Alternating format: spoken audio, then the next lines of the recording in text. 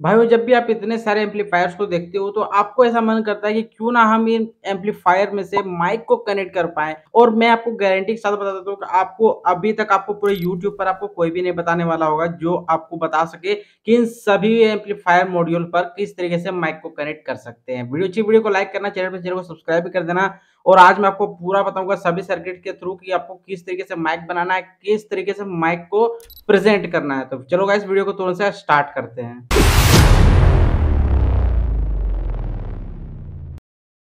देखो guys first मैं ही आपको बता देना चाहता हूँ कि ये वीडियो सिर्फ और सिर्फ आपको इन्फॉर्मेशन के लिए बताई जा रही है। अगर आप चाहते हो कि इसका नेक्स्ट पार्ट भी जल्दी आए तो नीचे कमेंट कर देना। मैं नेक्स्ट पार्ट में आपको लाइव इसे टेस्ट करके दिखाऊंगा।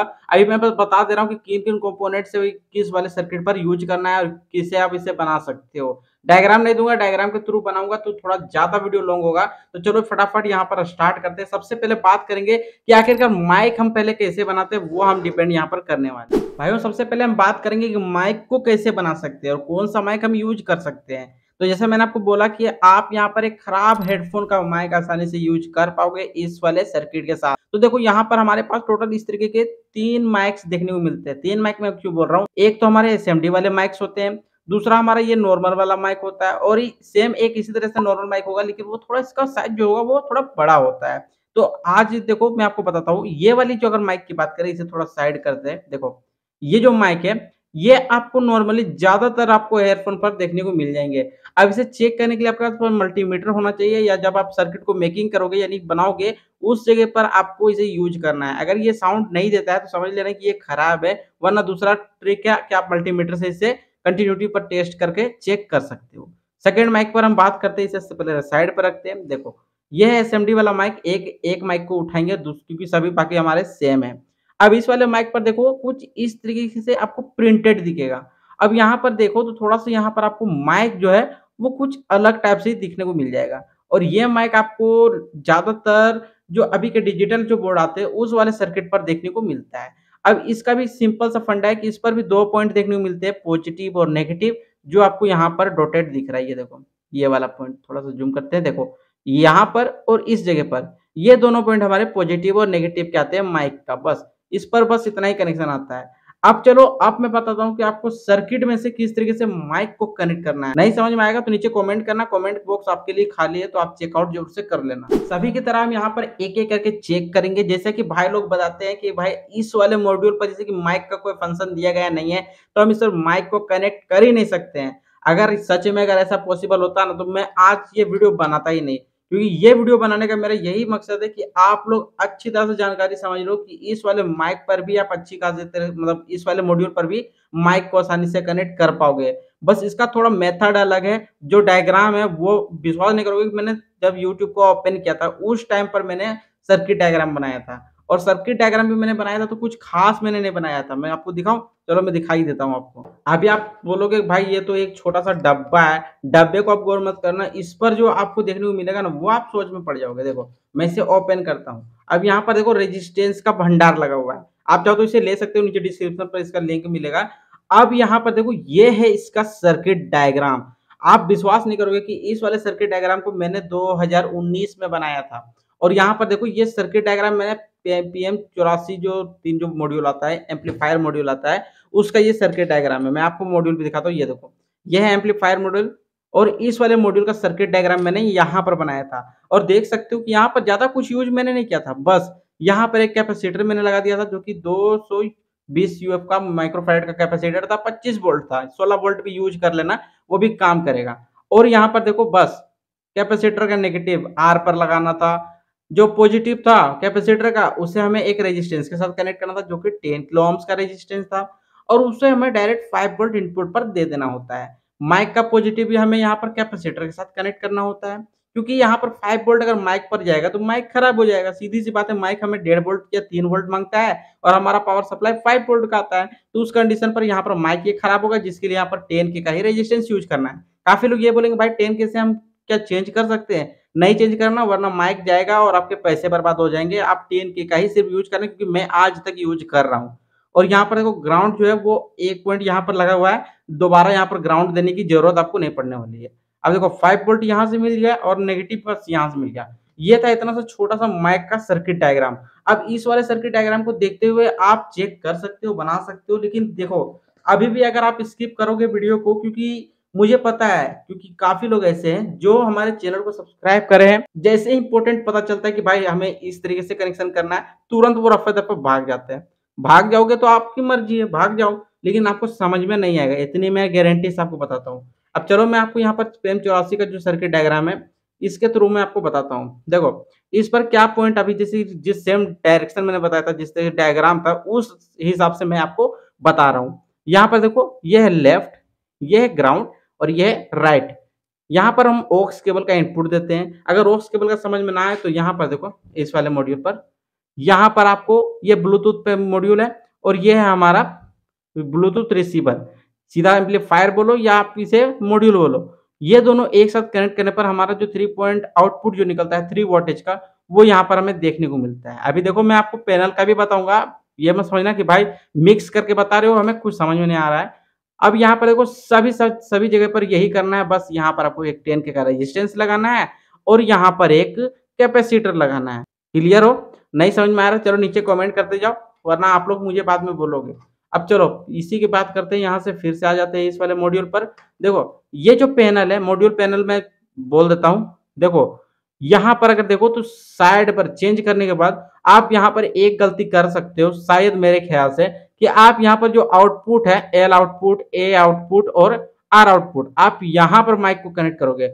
माइक यहाँ पर कनेक्ट मत करना, इस जगह पर देखो माइक का आपको यहाँ पर एक सॉकेट देखने को मिल जाएगा, इस वाले माइक पर आपको कनेक्ट करना है। ये जो पैनल है ये हमारा खराब हो चुका है, तो सॉरी मैं आपको ये पैनल को चेक करके नहीं दिखा सकता हूँ। मैं नेक्स्ट पैनल को जब मतलब परचेज़ करूँगा, तब मैं आपको इसे अच्छा खासा चेक करके बता दूँगा। और यहाँ पर देखो, आप इस वाले पॉइंट पर भी कनेक्ट कर सकते हो। इसकी वीडियो तो मैंने बना दिया है कि जिस पर माइक का ऑप्शन दिया गया रहेगा, तो वहाँ पर आप कनेक्शन कर सकते हो। वो आई बटन पर शो कर देंगे, तो वहाँ से आप देख लेना।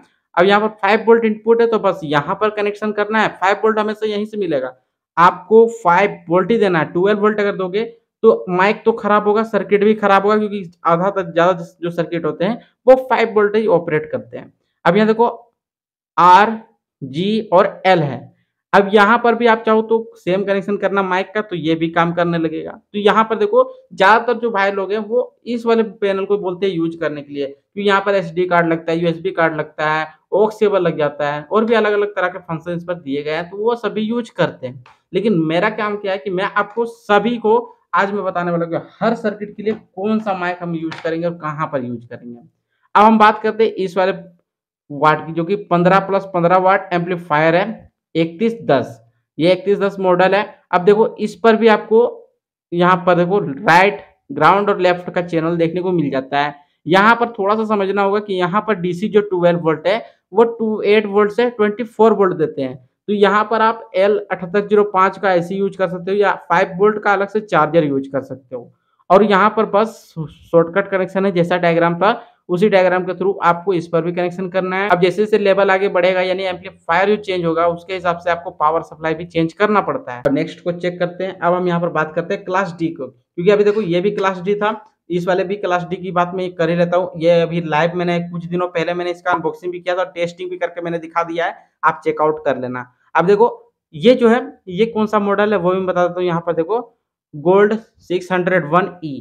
अब इस पर भी सेम है, यहाँ पर ऑक्स केबल का फंडा है, यहाँ पर 12 वोल्ट इनपुट दे देते हैं, यहाँ पर ड्यूल आउटपुट स्पीकर है। अब यहाँ पर चाहो तो आप सिंगल चैनल पर मतलब सॉन्ग को चला सकते हो और एक चैनल पर आप चाहो तो माइक को कनेक्ट कर सकते हो। ये इसकी खासियत है, क्योंकि इस पर पोटेंशियोमीटर साथ में लगा हुआ है, वॉल्यूम को कंट्रोल भी कर सकते हैं और बढ़ा भी सकते हैं। अगर आप चाहते हो कि मैं एक अच्छा प्रोजेक्ट बनाऊँ जिस पर माइक लगा हुआ हो, साथ में उसमें म्यूजिक भी प्ले कर सकें और भी अलग-अलग फंक्शन अगर उस पर ऐड कर सके, तो नीचे कमेंट कर देना या अपना सजेशन भी मुझे कमेंट में बता सकते हो। मैं आपको कोशिश करूँगा कि आपके कमेंट को मैं पकड़ करके उस पर वीडियो बना दूँ। तो चलो ये भी कंप्लीट हो चुका है। अब यहाँ पर हमारा एक एम्पलीफायर के साथ 2 एम्पलीफायर बचा हुआ है। एक तो ये वाला है जो कि 6283 है, जो कि काफ़ी पॉपुलर है हर घर पर और हर इलेक्ट्रॉनिक प्रोजेक्ट पर ये ज़्यादा यूज़ होता है और ये आपको लोकल पर भी मिल जाता है, 35 से 50 रुपए के अंदर में मिल जाता है। ये तो मैंने डीटीएच से निकाला था और अभी जस्ट मैंने आपको कुछ दिनों पहले इसे रिपेयर भी मैंने करके दिखाया था।